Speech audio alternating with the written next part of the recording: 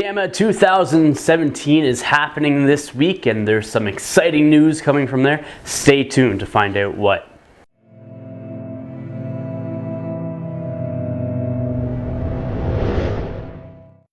Welcome guys to another roundtable discussions. As you know, I'm your channel host Adam, and I am bringing you some interesting news from GAMA 2017. If you don't know what GAMA is, it is a expo of sorts for all the different gaming companies out there to show off what they're doing, what they have coming out, and the sorts. So you have people like Games Workshop, Privateer Press, and other companies along those lines showing off their wares and giving out information of their projects that they're working on. So with that said, there is some very exciting news, at least I found it very exciting news, that I want to share with everybody. So let's start off with some Games Workshop news. They had a couple of announcements, well, more than a couple, but a couple that have intrigued me and that I'm sharing with you if you guys don't already know. So the first one is Shadow War Armageddon. What that is a spiritual predecessor of Necromunda, which came out in the early 90s.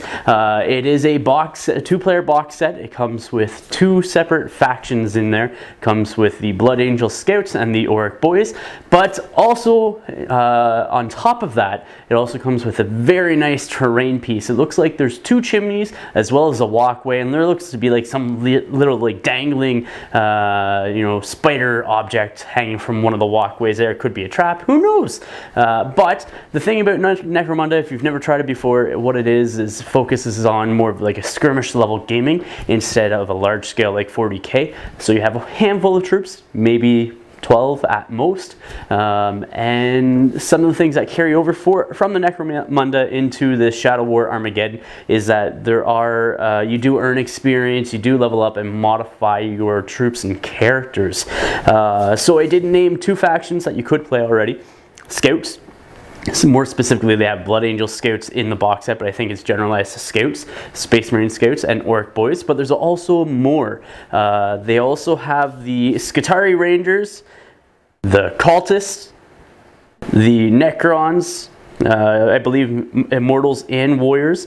There's Harlequin troops, there's Grey Knights Strike Squads, Neophyte Hybrids, and many, many more. Oh, but wait! There's also hired heroes as well, at least what I assume by hired heroes in this picture. So that there is something that I'm extremely excited for. I'm more of a fan of skirmish style and skirmish level games instead of mass level games. So that there is coming out for more like the 40k side of things. I'm glad that I have a few models already kicking around for it, so I probably will pick up that starter set, especially for the terrain, add it with some of the terrain that I already have, and go from there. So the next announcement from Games Workshop that I'm kind of excited for, and I'm just more excited for it due to the aesthetics of the models themselves. It sort of reminds me back in the days where I loved the Eberron campaign setting for like Dungeons and Dragons and things along those lines. So they announced a new Duradrin, hopefully I pronounced that right, faction called the Kharadron Overlords. Could be getting that wrong, but what they are is they look like little squats or little dwarves, all covered in ironclad armor with, it looks to be airships.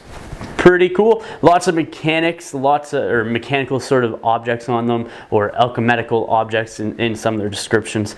So I'll let you take a look at some of those pictures. You'll see three sort of airships. It looks like it's the same kit, but you can sort of mix it into three separate vehicles.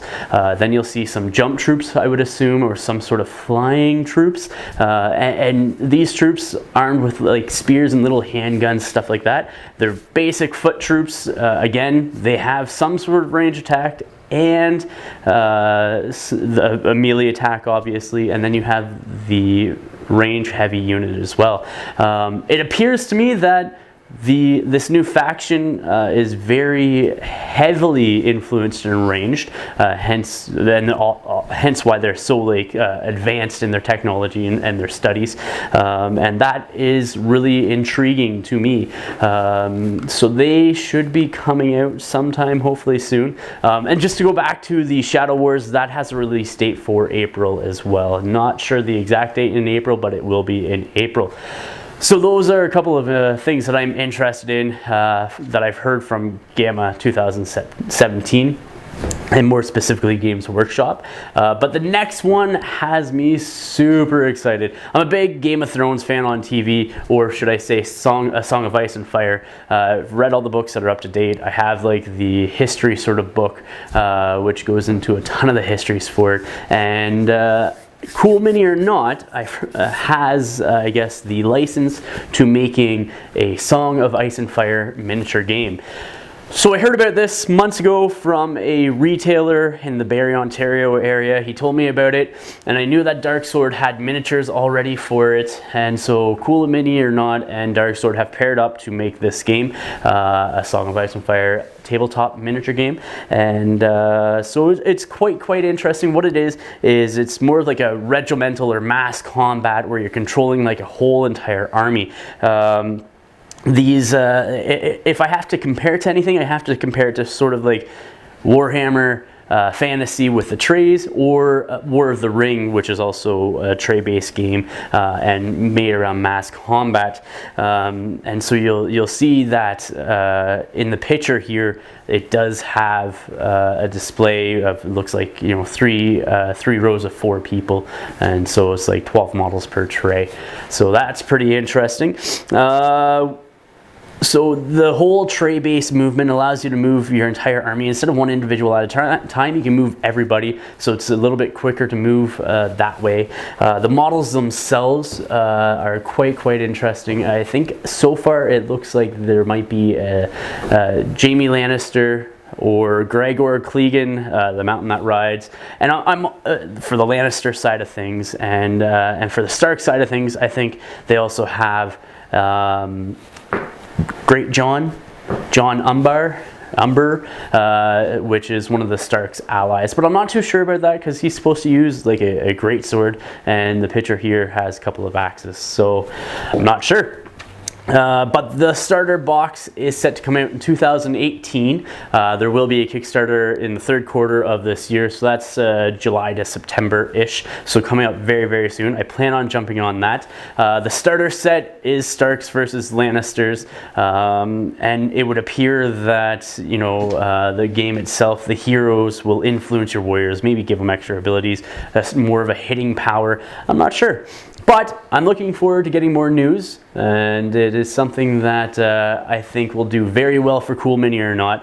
I thoroughly want to get my hands on it. I want to get more information. I want to get the rules and start reading them right now. But that probably won't happen until at least the Kickstarter starts coming out and they start handing out that information. But guys, thank you for watching. Please remember to like, share, and subscribe. And until next time, ignite your hobby.